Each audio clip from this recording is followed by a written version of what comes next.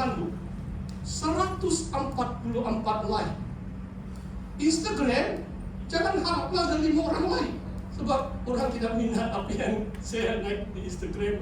Nah, jadi ini peredaran zaman kan. App pun semakin canggih. TikTok pun lebih 10 tahun sudah. Sekarang ada Threads. Lebih ramai orang membaca apa yang saya tulis dalam itu. Jadi begini, tentang baptisan, saya bilang saya baptis 3 orang dalam nama Bapa, Anak, Roh Kudus. Dia bilang, Pastor Tania, kamu buat pekerjaan Tuhan luar biasa, tapi kamu salah. Ini orang asing pun berani tahu, saya tidak kenal dia pun dibilang saya salah. Tidak boleh kau baptis nama Bapa, Anak, Roh Kudus, hanya baptis dalam nama Tuhan Yesus. Dia bilang Kisah Para Rasul. Tidak tahu kamu ada dengar doktrinnya atau tidak. Ada gereja, ada sebahagian gereja, ini gereja termasuk Unitarian, Oneness, hanya Yesus saja. Nama Bapa mereka pun bilang Yesus, nama anak memang Yesus lah kan. Pastor beritahu, nama Roh Kudus. Apakah nama Roh Kudus? Roh Kudus. Jawabannya, Holy Spirit is a name. Tidak ada nama lain. Saudara faham maksud saya? Roh Kudus adalah nama. Oknum yang ketiga dalam Allah Tritunggal kita. Jadi saya balas dengan dia, saya bilang, ya, Kisah Rasul, betul. Baptis dalam nama Tuhan Yesus. Memang Tuhan Yesus yang mengajar. Yesus yang mengajar, kamu harus baptiskan mereka dalam nama Bapa, Anak, Roh Kudus. Saya bilang, saya tidak dapat bahas dengan kamu. Ini Fred pun ada limit, macam 50, 100 perkataan. Kan saya bukan mau tulis makalah dengan dia kan. Jadi saya bilang, janganlah kamu pakai itu Kisah Rasul lawan dengan itu Injil Matius. Itu salah, saya bilang. Begitulah, lebih kurang. Tapi saudara, menjadi manusia rohani bukan mudah. Saudara dipimpin oleh Roh menafsir hal-hal rohani. Jangan sendiri jadi sesat, jangan menyesatkan orang lain. Sebab akhir zaman ramai orang akan jadi sesat kalau tidak terlatih dalam kitab suci, tidak mengenal kuasa Tuhan itu. Dan kita sudah bahas dalam bab 2. Paulus katakan bukan hikmat manusia, tetapi kekuatan Roh. Itu tadi sudah yang keempat. Yang terakhir, nomor 5. Hari ini saya rasa bukan panjang sangat. Ayat 14, saudara. Tetapi manusia duniawi tidak menerima yang berasal dari Roh Allah, karena hal itu baginya adalah suatu kebodohan. Ia tidak dapat memahaminya, sebab hal itu hanya dapat dinilai secara rohani. Dengar ini, saudara.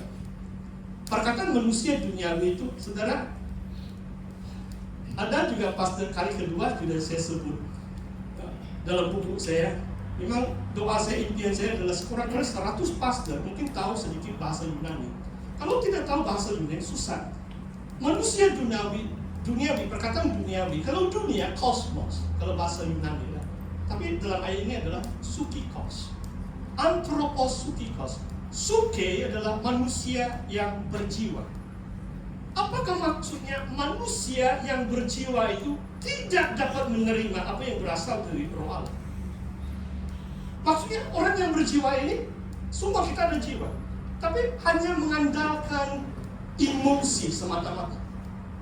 Saudara dengar ini, ramai orang, sebab mereka bukan manusia rohani, mereka lebih kepada anthropos sukikos, suke, mereka lebih kepada jiwa, ikut perasaan. Wah, ada musik yang enak didengar, oh baru saya dapat menyembah. Rasul Paulus itu manusia rohani atau tidak? Di penjara dia sama Silas, dia memuji Tuhan. Tiada musik di situ, tahu? Mungkin ada lipas, ada tikus, adalah itu. Di penjara abad pertama, bukan tempat yang bersih-bersih, tetapi mereka tetap dapat memuji Tuhan.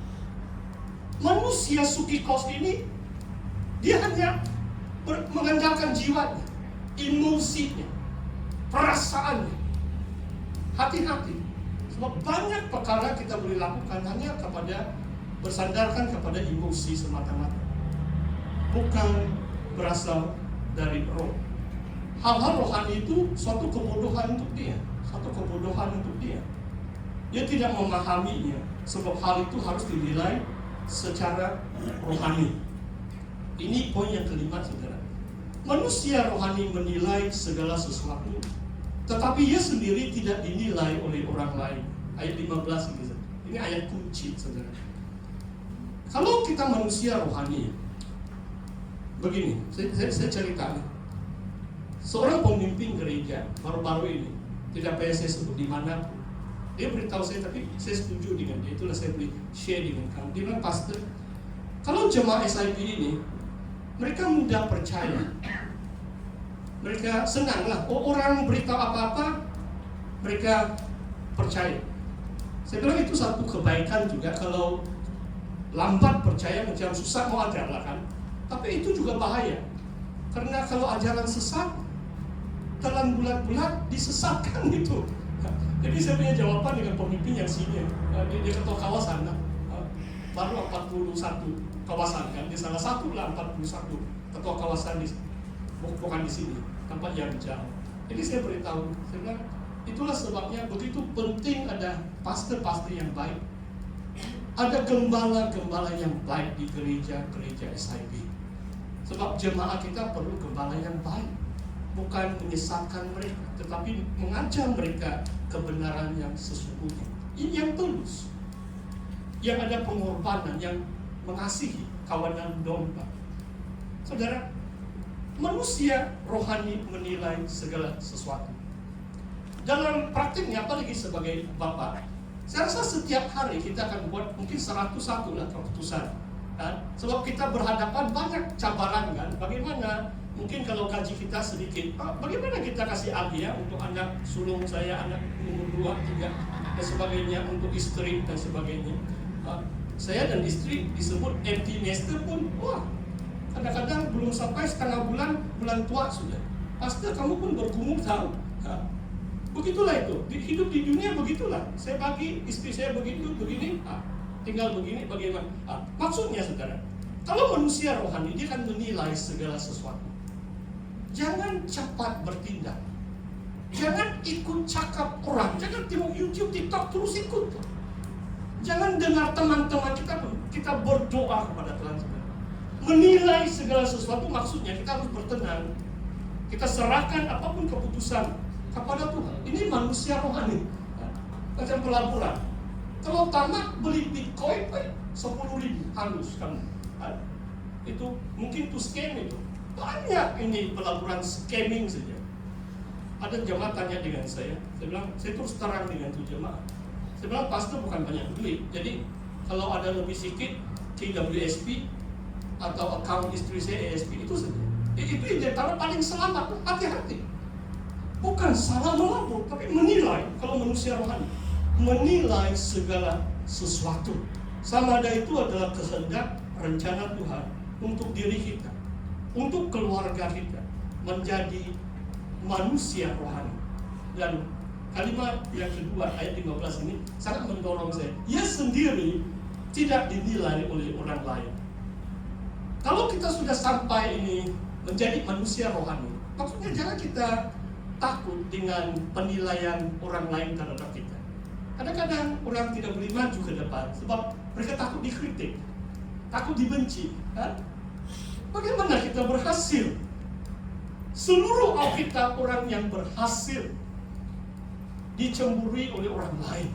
Yusuf jubahnya menandakan dia banyak karunia yang Tuhan berikan kepada Yusuf.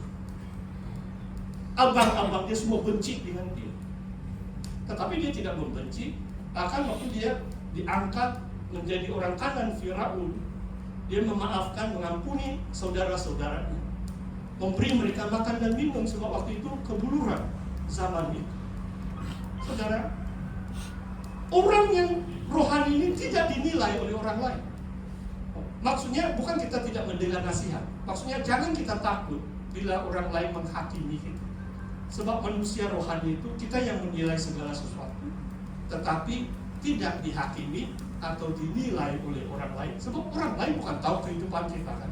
Hanya Tuhan, Roh Tuhan yang tahu isi hati kita. Dan kita harus andalkan itu.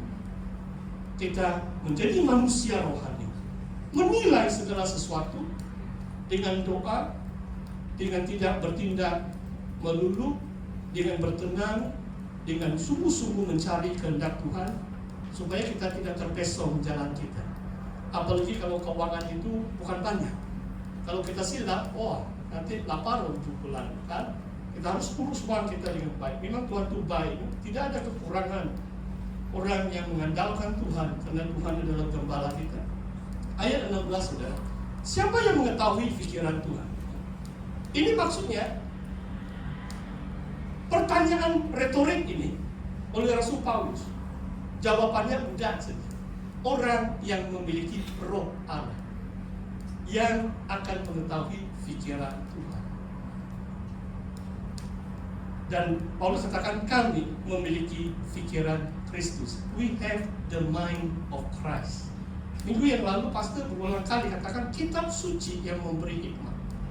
Scripture gives us wisdom. Kristus adalah firman Allah. Kalau mau memiliki pikiran Kristus, bertumbuhlah di dalam kebenaran firman Tuhan.